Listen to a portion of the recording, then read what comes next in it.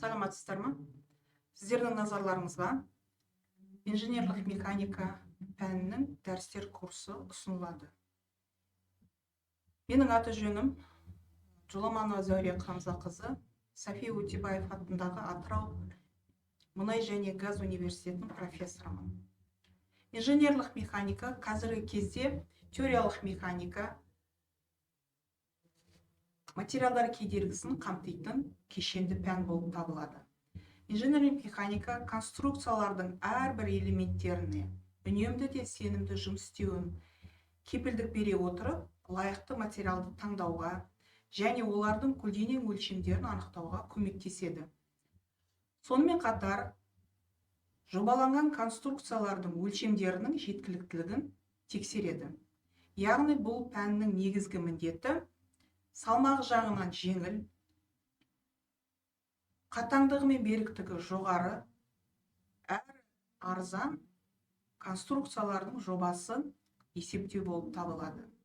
Инженерлік механика теориялық механиканың статика бөлімін және материалдар кедергісінің созылу, сығылу, бұралу, иілу және орнықтылық тақырыптарын қамтиды. Сонымен бүгінгі бірінші тақырыбымыз қарастыратын статиканың негізгі ұғымдары, аксиомалары және анықтамалары. Механика дегеніміз механикалық қозғалыс туралы ғылым. Механика ғылымның тарихына үңілсек, оның негізін біздің эрамызға дейін 3 ғасырда өмір сүрген белгілі ғалым, математик, механик Архимедтен басталады. Бұл ғалымды одан әрі дамытып, орасан үлкен үлес қосқан ғалымдарды атап кетсек, Леонардо да Винчи, Николай Коперник, Кеплер, Галилео Галилей, Гюйгенс, Декарт және басқалар. Негізі механика атауы қатты және деформацияланған денелердің, сондай-ақ сұйық пен газ тәрізді орталардың механикалық қозғалысы және механикалық әсерлесуін зерттейтін бірқатар ғылымдарды біріктіреді. Алдарыңыздағы слайдта орталарына байланысты механиканың түрлері көрсетілген. Сонымен теориялық механика механиканың басқа салаларымен үшін негіз болады.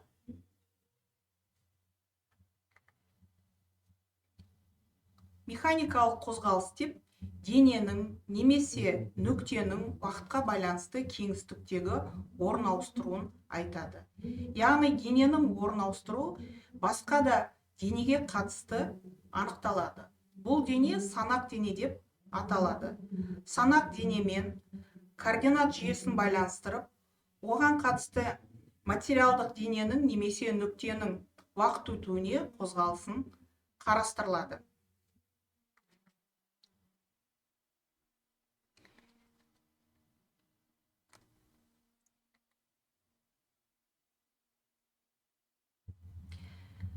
Теориялық механика материалдық денелердің механикалық қозғалысының жалпы заңдылықтары мен тепе-теңдігін, осы материалдардың денелердің өзара механикалық әсерлесуін зерттейтін ғылым. Өмірде кездесетін нақты денелер көптеген қасиеттерімен, сонымен қатар өлшемімен, материалымен, массасымен ерекшеленеді.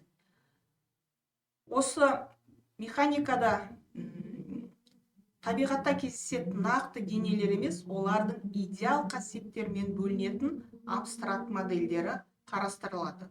Олар материалдық нүкте, абсолютті қатты дене және механикалық жүйе болып анықталады. Сонымен осы абстракт модельдерге анықтама берейік. Материалдық нүкте деп берілген есептің шартына байланысты оның өлшемдерін ескермеуге болатын денені айтады.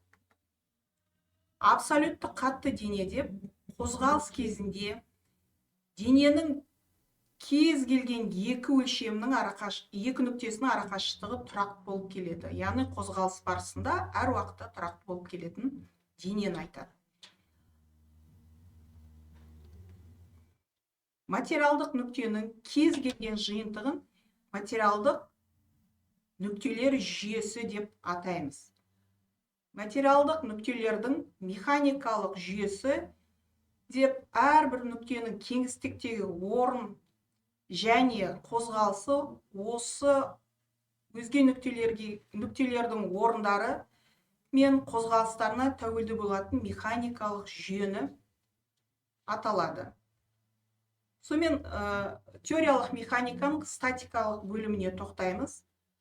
Статика дегеніміз абсолют қатты денеге әсер ететін күштер жүйесінің тепе-теңдік шарттары зерттеледі. Статика деген сөз грек сөзінен статик, яғни бір орында тұру, қозғалмау, тыныштықта болу дегенді білдіреді. Статика негізі екі мәселемен айналысады. Біріншісі, қарастырып отқан объектілерге әсер етіп тұрған күштерді жүйесін қарапайым түрге келтіру болса, екіншісі, осы объекттердегі әсер етіп тұрған күштер жүйесінің тепе-теңдік шарттары қарастырылады. Яғни статика, басқаша айтқанда, күштер туралы ғылым деп те атайды.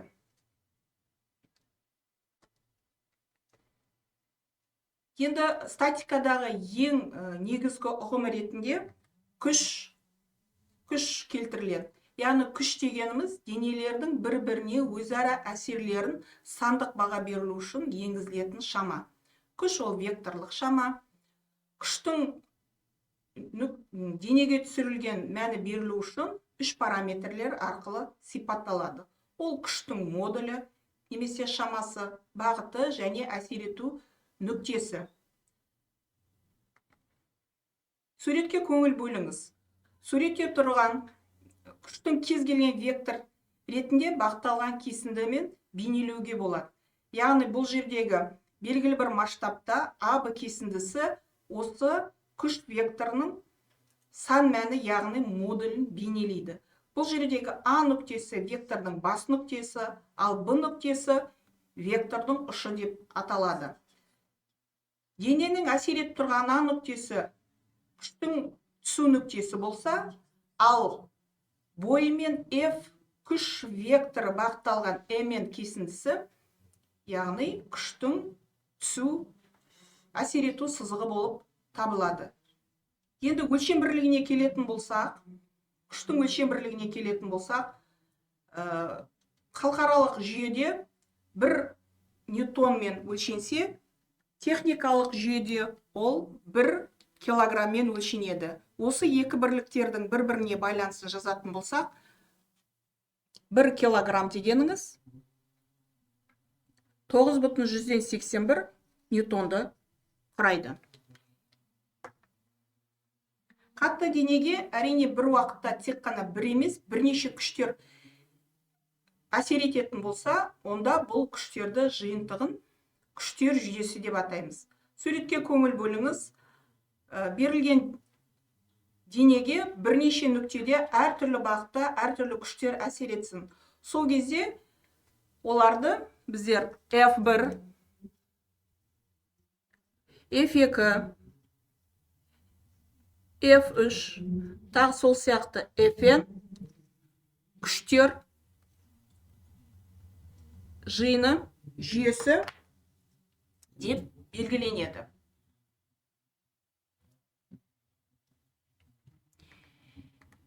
Енді күштің өзге проекциясын қарастырайық. Ол үшін берілген белгілі бағытталған түзу сызығы қарастырамыз, бұны ось деп атаймыз. Осы күштің өзге проекциясының шамасын осы күштің модулімен өстің оң бағыты мен күштің бағытының арасындағы бұрыштың косинусына тең көбейтіндіге тең болады. Яғни суретке көңіл бөліңіздер. Күштің әсер ету бағыты әртүрлі бағытта көрсетілген, бірнеше бағыт көрсетілген. Егерде бірінші А пунктіне келетін болсақ, Fx, яғни күштің өске қатысты проекциясы мына АБ кесіндісін құрайды. Яғни бұл F косинус альфаға тең. Егер кесінді бағыты өстің оң бағытымен сәйкес келсе, онда күштің өске проекциясы оң таңбалы болып табылады. Ал егер кесінді бағыты өстің оң бағытына қарама-қарсы бағытталатын болса, өстің проекциясы теріс таңбалы болғаны. Енді Б нұсқасына көңіл бөліңіз. Бұл жердегі F1X проекция бұл A1 V1 кесіндісіне тең, яғни F косинус пи минус альфа немесе бірде F1 косинус беттаны береді. Яғни таңба әрине минус. Таңба минус. Егер күш берілген өске параллель болса, CD нұсқасына көңіл бөліңіз. Онда оның проекциясы сәйкес таңбамен алынған күштің модуліне тең болады. Яғни күштің таңбасына қарап, яғни бұл жерде С-да таңба оң таңбалы болса, себебі өске сол өстің бағытымен бағытталса, Д нұсқасында ол кері бағытта болғандықтан таңбасы минус, ол суретте көрсетіліп тұр. Сонымен қатар, егер күш өске перпендикуляр болған жағдайда, онда күштің проекциясы әрине нөлге тең болады. Ол мына Е пунктінде көрсетілген. Тағы да бір айтып кететін мәселе, бұл жерде бұрыштың альфа бұрышының сүйірі болса, яғни 90 градустан кіші болған жағдайда күштің проекциясы оң таңбалы болады, және егер альфа бұрышы доғал болса, яғни 90 мен 180 аралығында болса, оның таңбасы теріс болғаны.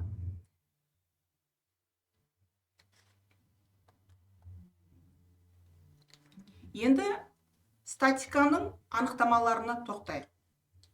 Дененің механикалық күйін өзгертпей, әсер етуші күштің тепе-теңдіктегі күш жүйесі немесе нөлге эквивалент күштер жүйесі деп атаймыз.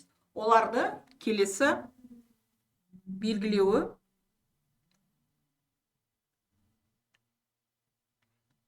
F3 тақ сол сияқты бірнеше күштер жүйесі берілсе, нөлге эквивалент деп жазаламыз.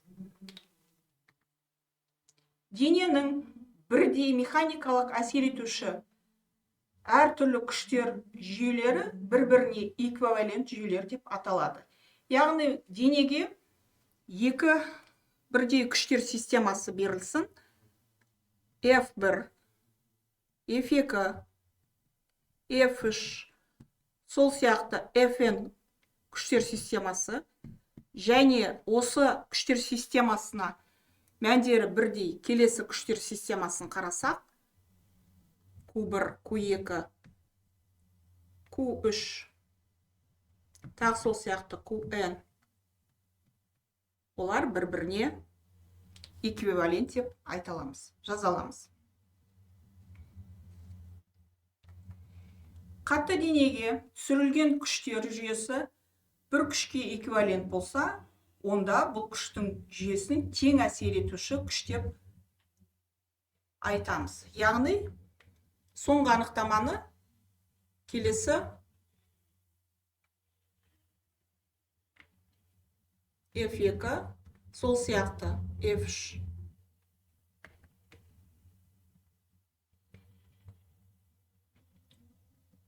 Бәрі бір күшке келтіруге болады, яғни оны тең әсер етуші күш деп атаймыз.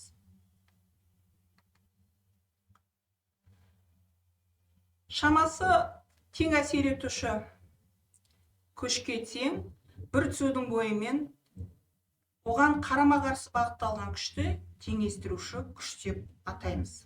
Теңестіруші күш деп атаймыз. Енді статиканың аксиомаларына тоқтайық.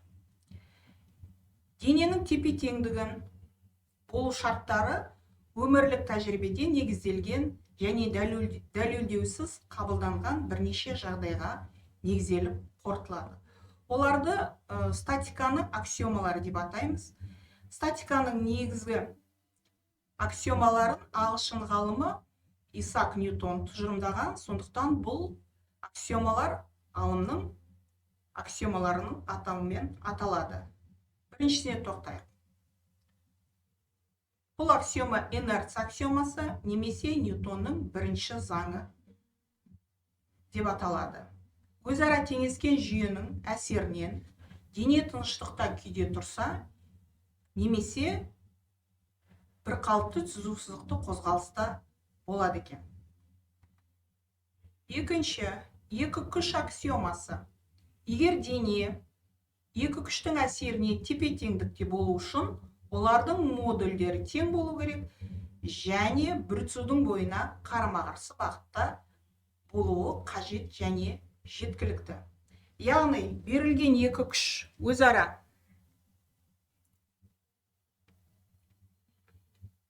нөлге теңесу үшін, эквивалент болу үшін, осы күштердің мәндері тең болу керек және осы күштердің бағыттары бір-біріне қарама-қарсы болу керек деп жазаламыз.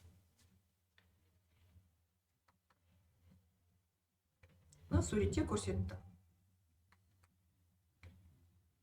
Кез келген күштер жүйесіне нөлге эквивалент жүйені қосқаннан немесе алып тастағаннан берілген жүйенің нақты денеге жасайтын әсері өзгермейді екен.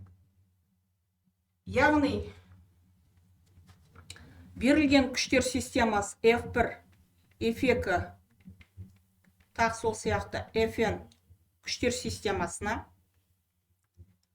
нөлге эквивалент P1, P2, тағы сол сияқты Pn күштер системасын қосатын болсақ, нөлге эквивалент күшті қосатын болсақ, олардың әсері өзгермейді. Яғни оны жалпылама жазаламыз. F1, F2, Fn,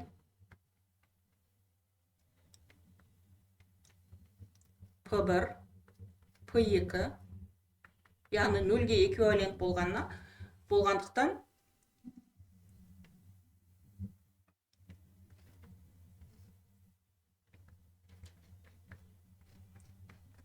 бұның әсері болмайды деген сөз. Осы жерден бұл күштер системасын алғаннан немесе қосқаннан ешқандай да қатты денеге әсері өзгермейді деген сөз. Өзгермейді.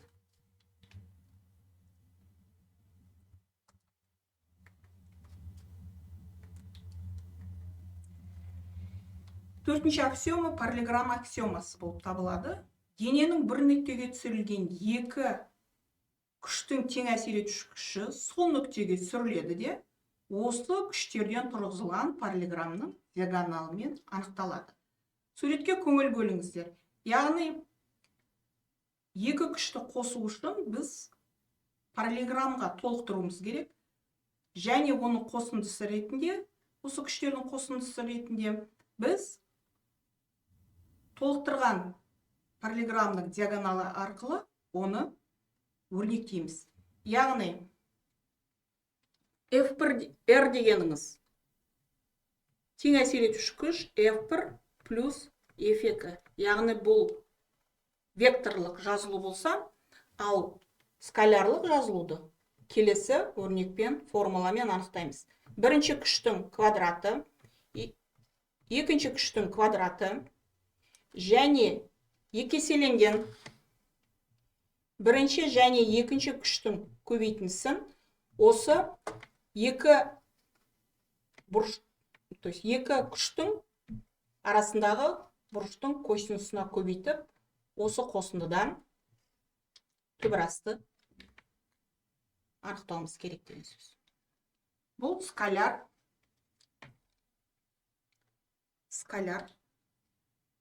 формуласы.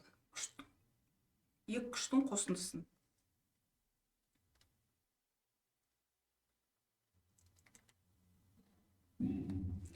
Енді байланыстарға келейік. Байланыстар және байланыс реакцияларына тоқтайық. Механикада еркін және еркін емес денелер қарастырылады. Осы денелер Анықтама берейік әрқайсысына жеке-жеке.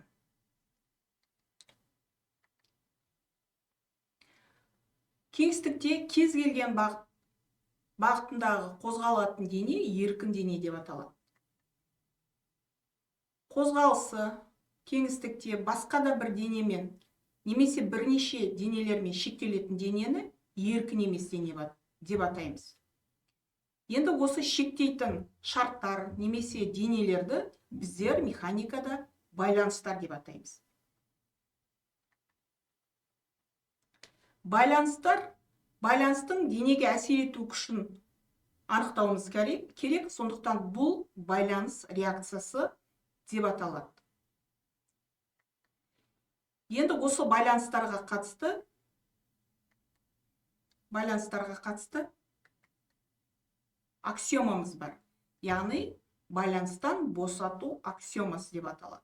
Яғни кез келген еркін емес денені ойша байланыстардан босатып, және осы байланыстардың әсерін сәйкес реакция күштермен алмастырса, еркін емес денені еркін дене ретінде қарастыруға болады.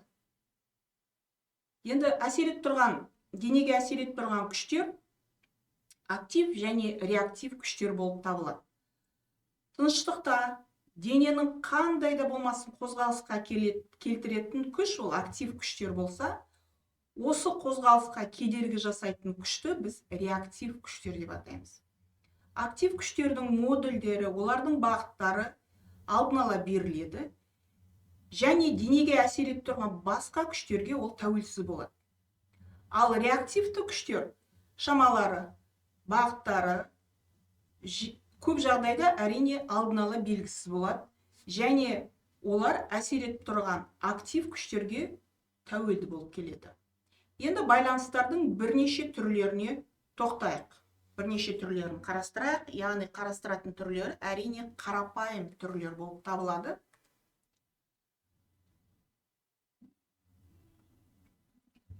Яғни конструкцияда көбінесе кездесетін бірінші байланыс бұл абсолютті жылтыр бет немесе абсолютті тегіс бет деп аталады. Бұл абсолютті тегіс беттің реакциясы денеге жанама жазықтыққа перпендикуляр бағытталады екен. Яғни түйісу нүктелері А және Б екі нүкте бар, сол нүктеге жанама жазықтық жүргізіп, сол жанама жазықтыққа перпендикуляр бағытталады. РА, РБ реакциялар. Келесі ілгіш.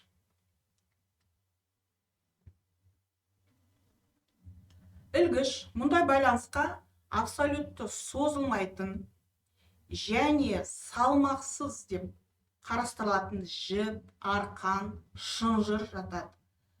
Бұл ілгіш байланыстар тек созылған жағдайда ғана жұмыс істей алады. Сондықтан олардың реакциясы бойымен байланыстардың ілінген нүктелеріне қарай бағытталады. Яғни қарастырып отқан суретте көріп отқандай, бұл жіппен немесе жаңа айтқан арқан, шынжыр бойымен бағытталып босатқан жағдайда міне алдарыңызда схемасы көрсетіліп тұр.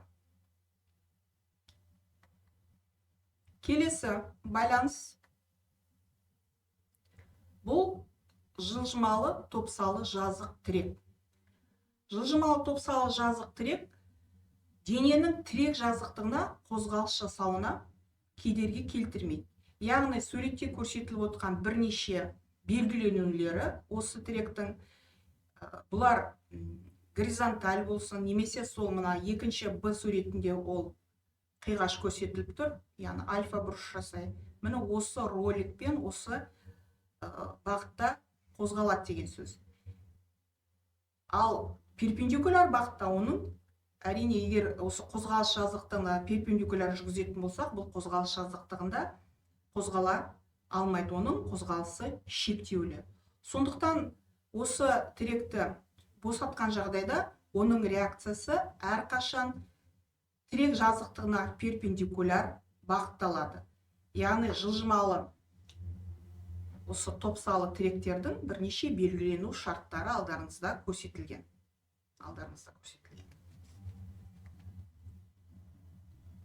Келесі бұл жылжымайтын топсалы жазық тірек.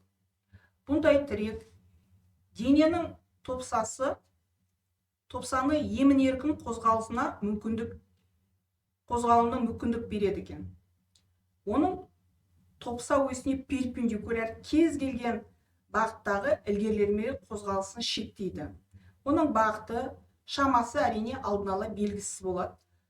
Сондықтан оның толық реакциясын R әрпімен белгілеп, оны әдетте екі координат осьтеріне проекциялар арқылы өрнектейміз. Міне алдарыңызда бірнеше осы тіректің бірнеше белгіленулері көрсетілген. Бұл тірек келесі қатаң бекітпе дейміз, немесе қатаң байланыс дейміз. Бұл тірек өзінің бекітілген дененің екі жазық және тік бағытта қозғалуына және дененің тірекке қарағанда бұрылуына мүмкіндік бермейді. Ешқандай да бұл жерде сызықтық та бұрыштық та қозғалыс жібермейді. Яғни шектеу бар. Бұл тіректердің үш реакциясы болады. Бұл горизонталь, вертикаль, түйіскен нүктесінде А нүктесінде горизонталь және вертикаль бағытта екі құраушысы болады. Және осы түйіскен нүктеде, тіректің түйіскен нүктесінде момент, бекітпе моментімен өрнектеледі. Бұл реакциялардың бағыттары және шамалары алдын ала әрине белгісіз. Қарастырылып отқан есепті шығарған уақытта берілген теңдеулер арқылы олардың мәндері анықталады. Мәндері егерде теріс болған жағдайда әрине бағыттарын біз алмастыра аламыз. Бағыттары да анықталады деген сөз.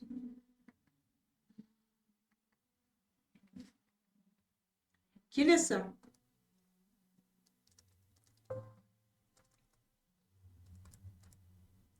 Бұл топса, яғни кеңістікте жылжымайтын сфералық топсалы тірек, бұл топса денеге кеңістікте әсер еткен жағдайда пайдаланады. Бұл сфералық топса дененің бір нүктесінде қозғалмайтын етіп бекітіледі. Дене осы бекітілген нүктесінің арқылы өтетін өспен айнала алады екен. Қозғалмайтын нүктедегі кедергі реакция кеңістікте кез келген бағытта болады. Сондықтан оның реакциясы үш бағытта біз көрсете аламыз. Яғни үш координат осьтер арқылы кеңістіктік тірек болғандықтан үш бағытта оны көрсете аламыз. X, Y, Z бағытында RAX, RAY және RAZ арқылы өрнектеледі. Келесі.